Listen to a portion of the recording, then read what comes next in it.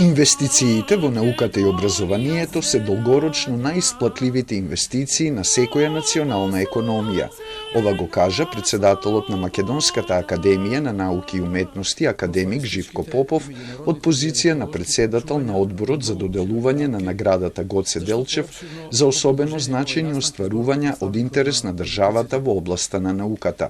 Наградата традиционално беше доделена денеска, кога се навршуваат 122 години од смртта на водачот на македонската револуционерна борба и деец од крајот на 19-тиот и почетокот на 20-тиот век Ѓорги Делчев Гоце.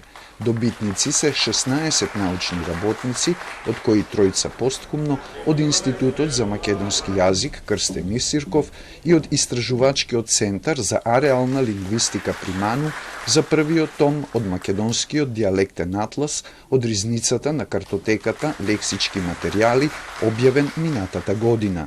Во услови на евидентни економски тешкоти, ние не смееме да подклекнеме пред проблемите. Зошто да не заборавиме дека инвестициите во науката и образованието се долгорочно најисплатливите инвестиции на секоја национална економија. Секако дека не треба да бидат помали и подценети и оние во културата и уметноста кои придонесуваат за афирмација на нашите корени, на нашата традиција, на нашето име, нашиот јазик, идентитет.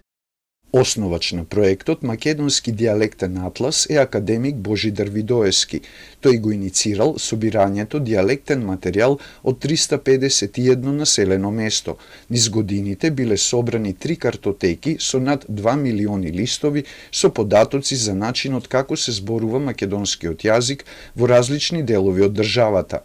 Од Институтот за македонски јазик, каде се чувале картотеките, рекоа дека материјали биле собрани и од Албанија, но и од Беломорска и Пиринска Македонија, што бил најголем предизвик за нив, а во тоа им помогнале академиците Видоевски и Зузана Тополинска.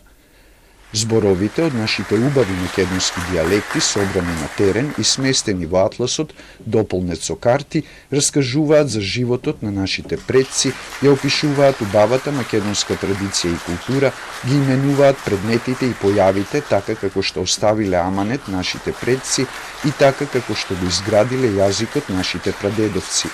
Тој крие огромно духовно богатство како македонски поглед на светот, дополни Лаброска.